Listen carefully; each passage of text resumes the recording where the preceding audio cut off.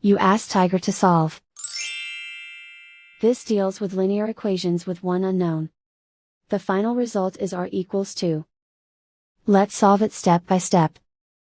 Simplify the expression. Expand the parentheses. Simplify the arithmetic.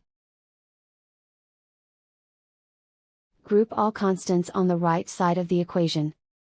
Subtract 8 from both sides. Simplify the arithmetic.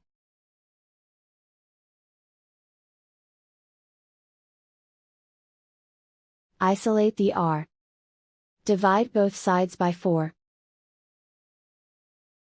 Simplify the fraction. Find the greatest common factor of the numerator and denominator. Factor out and cancel the greatest common factor. And so the final result is r=2.